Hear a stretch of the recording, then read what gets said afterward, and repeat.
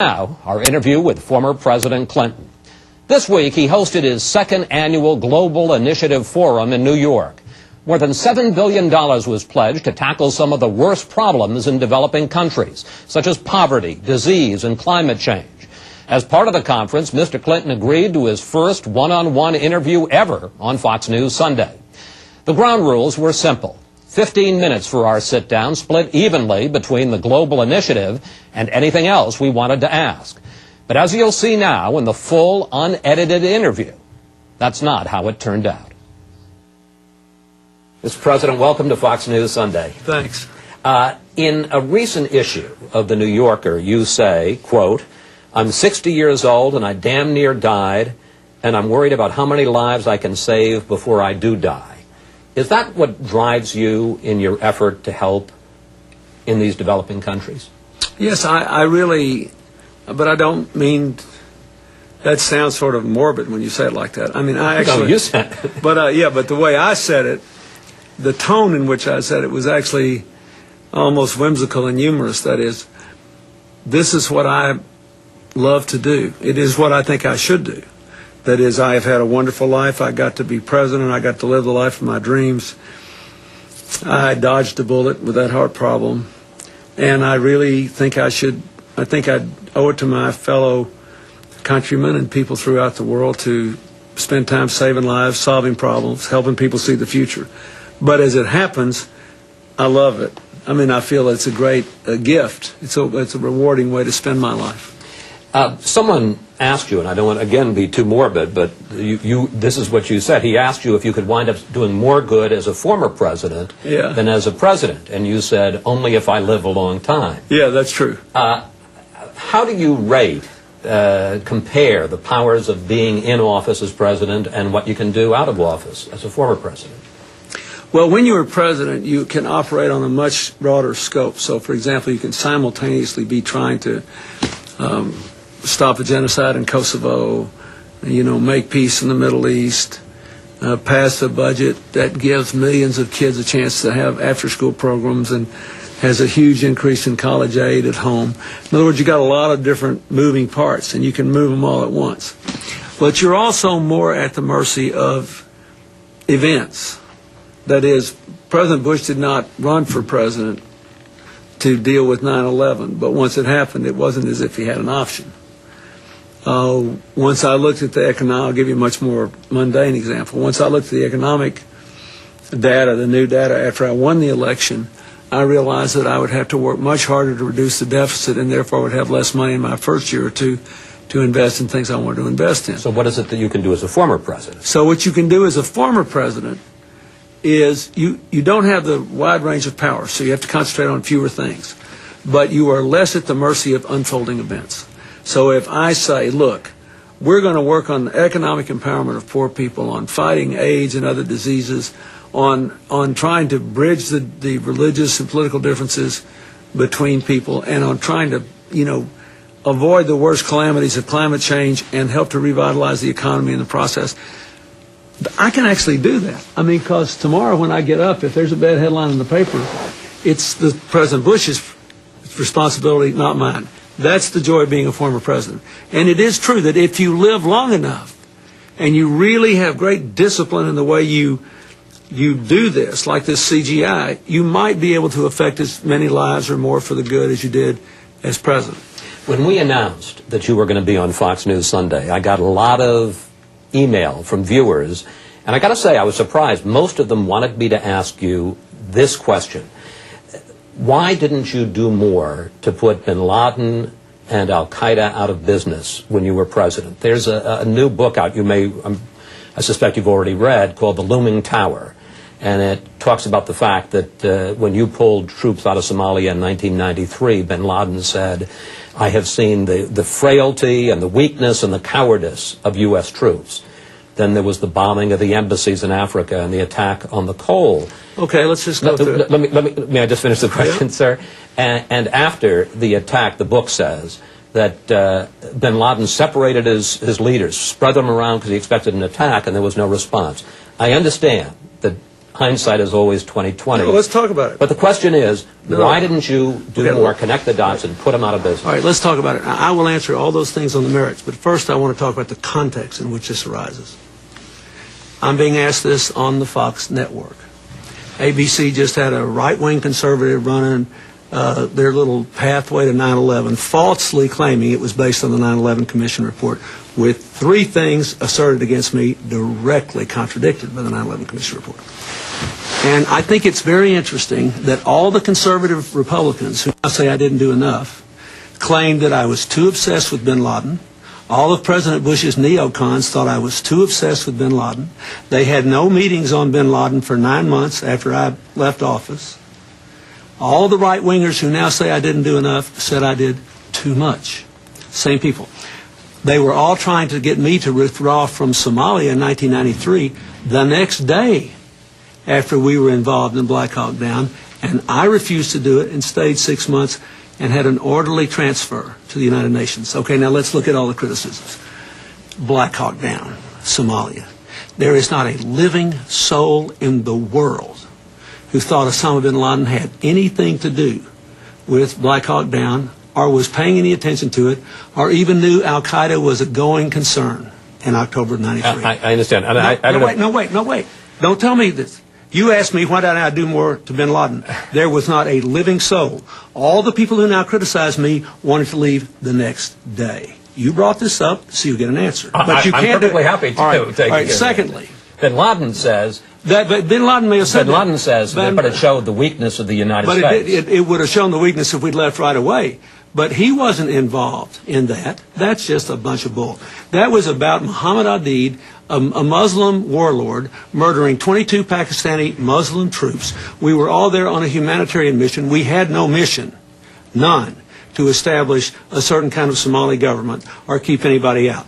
He was not a religious fanatic. There was no Al-Qaeda. With respect, if I may, instead of going through 93 and 96... No, you ask it. You brought it up. May I ask you a general question and then you can answer? Yeah. The 9/11 Commission, which you talked about, and this is what they did say, not what ABC pretended they said. What did they say? They said about you and President Bush, and I quote, "The U.S. government took the threat seriously, but not in the sense of mustering anything like the kind of effort that would be gathered to confront an enemy of the first, second, or even third rank." First of all, that's not true with us and bin Laden. Well, I'm telling you, that's what the 9/11 Commission said. Let's look at what Richard Clark said. Do you think Richard Clark has a vigorous attitude about bin Laden? Yes, I do. You do, don't you? He has a variety of opinions and loyalties, right. but yes, he has a vigorous opinion. Yeah, he has a variety of opinions and loyalties now.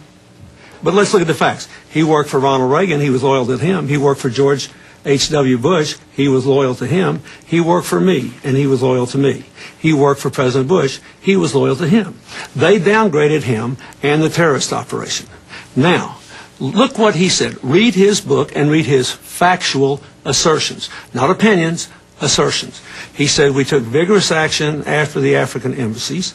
We probably nearly got bin Laden. Well, I authorized... No, wait a minute. Wait a minute. You've launched a few cruise missiles. No. I authorized the CIA to get groups together to try to kill him. The CIA was run by George Tenet that President Bush gave the Medal of Freedom to. He said he did a good job setting up all these counterterrorism things. The country never had a comprehensive anti-terror operation until I came there. Now, if you want to criticize me for one thing, you can criticize me for this. After the cold, I had battle plans drawn to go into Afghanistan, overthrow the Taliban, and launch a full-scale attack search for bin Laden. But we needed basing rights in Uzbekistan, which we got after 9/11. The CIA and the FBI refused to certify that bin Laden was responsible while I was there. They refused to certify. So that meant I would have had to send a few hundred special forces in and helicopters refueled at night. Even the 9/11 Commission didn't do that. Now, the 9/11 Commission was a political document, too. All I'm asking is, anybody who wants to say I didn't do enough, you read Richard Clark's Do you book. think you did enough, sir? No, because I didn't get him. Right. But at least I tried. That's the difference in me and some, including all the right-wingers that are attacking me now. They ridicule me for trying. They had 8 months to try. They did not try. I tried. So I tried and failed. When I failed, I left a comprehensive anti-terrorist strategy, and the best guy in the country, Dick Clark, who got demoted. So you did Fox's bidding on this show. You did your nice little conservative hit job on me. What I want to know is... I'm asking a question. You don't think that's a legitimate question? No, it was a perfectly legitimate question, but I want to know how many people in the Bush administration you asked this question of. I want to know how many people in the Bush administration you asked, why didn't you do anything about the coal? I want to know how many people you asked, why did you fire Dick Clark? I want to know how many people you asked about this. Did you ever watch Fox News Sunday, sir? I don't believe you asked them that. We asked plenty of questions. You didn't ask that, did you? Tell about the truth, the USS Chris. Cole? Tell the truth, Chris. With Iraq and Afghanistan, there's plenty of stuff to ask. Did you ever ask that? You set this meeting up because you're going to get a lot of criticism from your viewers because Rupert Murdoch supported my work on climate change. And you came here under false pretenses and said that you'd spend half the time talking about what we did out there to raise $7 billion plus in 3 days from 215 different commitments, and you don't care. But President Clinton, if you look at the questions here, you'll see half the questions about that. I didn't think this was going to set you off on such a tear. It set off on a tear because you didn't formulate it in an honest way, and because you people ask me questions, you don't ask the other side. Sir, Richard Clark. That is not true. Richard Clark made it clear in his testimony. Would you like to talk about the Clinton Global Initiative? No, I want to finish this now. All right. Well, all I'm saying is you falsely accused me of giving aid and comfort to bin Laden because of what happened in Somalia. No one knew Al Qaeda existed then. But did they know in 1996 when he declared war on the U.S.? Did they know in 1998 when he bombed the two embassies? Did they know in 2000 when he hit the pole? What did I do? I worked hard to try to kill him. I authorized the funding for the CIA to kill him. We contracted with people to kill him. I got closer to killing him than anybody's gotten since. And if I were still president, we'd have more than 20,000 troops there trying to kill him. Now, I've never criticized President Bush, and I don't think this is useful. But you know we do have a government that thinks Afghanistan is only 1/7 as important as Iraq. And you ask me about terror and Al-Qaeda with that sort of dismissive thing, when all you have to do is read Richard Clark's book to look at what we did in a comprehensive, systematic way to try to protect the country against terror. And you got that little smirk on your face, and you think you're so clever. But I had responsibility for trying to protect this country. I tried, and I failed to get bin Laden. I regret it, but I did try. And I did everything I thought I responsibly could.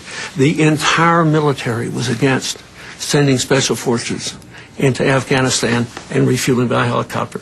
And no one thought we could do it otherwise because we could not get the CIA and the FBI to certify that Al-Qaeda was responsible while I was president. And so I left office. And yet, I get asked about this all the time. They had 3 times as much time to deal with it, and nobody ever asked them about it.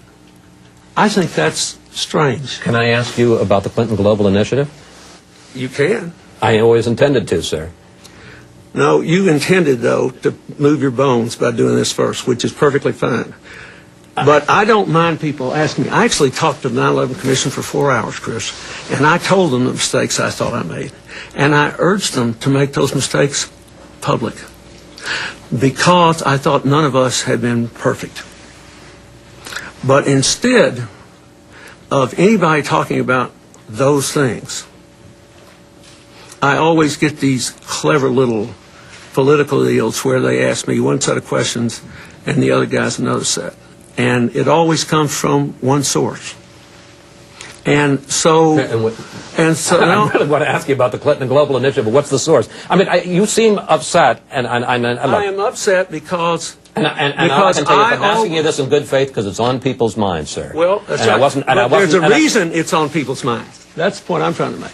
There's a reason it's on people's minds because there's been a serious disinformation campaign to create that impression. This country only has one person who's worked on this terror, from the terrorist incidents under Reagan to the terrorist incidents of 9/11. Only one, Richard Clark.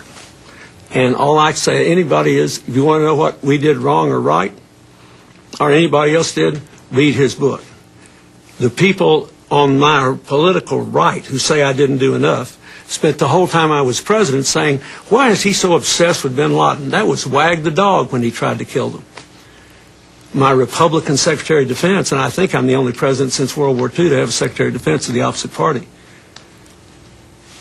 Richard Clark and all the intelligence people said that I ordered a vigorous attempt to get bin Laden and came closer, apparently, than anybody has since. All right. And you guys try to create the opposite impression when all you have to do is read Richard Clark's findings and you know it's not true. It's just not true. And all this business about Somalia, the same people that criticized me about Somalia were demanding I leave the next day. The same exact crowd. So if you're going to do this, for God's sakes, follow the same standards for everybody. I think we did, and be flat and fair. I think we did. When we return, we finally get back to the Clinton Global Initiative, and you'll also hear why the former president says the White House is selling fear in the fall campaign. Well, I don't blame Carl, though. If you got a deal that works, you just keep on doing it. We'll be right back. Fox News